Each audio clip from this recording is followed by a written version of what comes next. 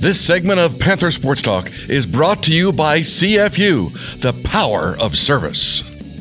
The collegiate swimming and diving season is officially underway, and the Panthers have already had some career best performances from a number of their student athletes. The Panthers are getting geared up for a big meet at the Kansas Invitational November 22nd through the 24th. For a look at this year's team, we spoke with Coach Doug Humphrey inside the swimming and diving complex on the UNI campus. Sure, we started the season with actually four meets in 3 weeks. And it was just kind of back-to-back, kind of really pounding them. And early on in the season, it's really you want to make some evaluations.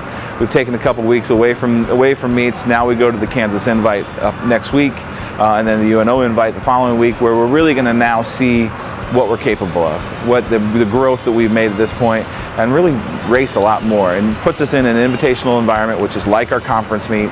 So they're going to get prelims and finals, really prepare themselves for what it's going to be taken to go 3 days strong and have a great conference meet later on.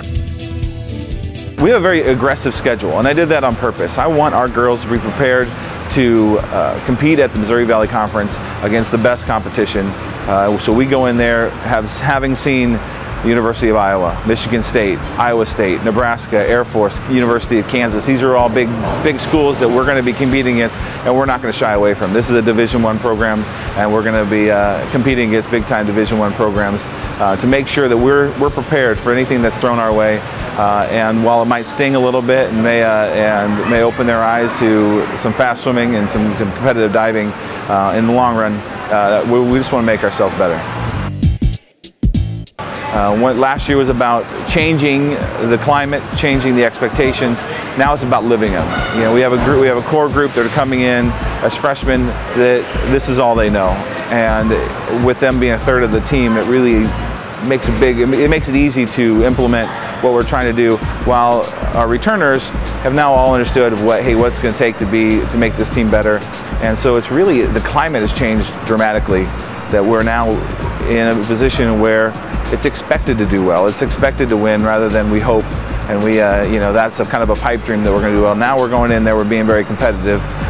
What I like to see this year is really our leadership comes from across the board. It's not just necessarily our seniors, but it really comes from the freshmen all the way to the seniors. We brought in a great recruiting class that kind of really elevated the core of what we have for our swimmers, and they have elevated the standards, the expectations that we have.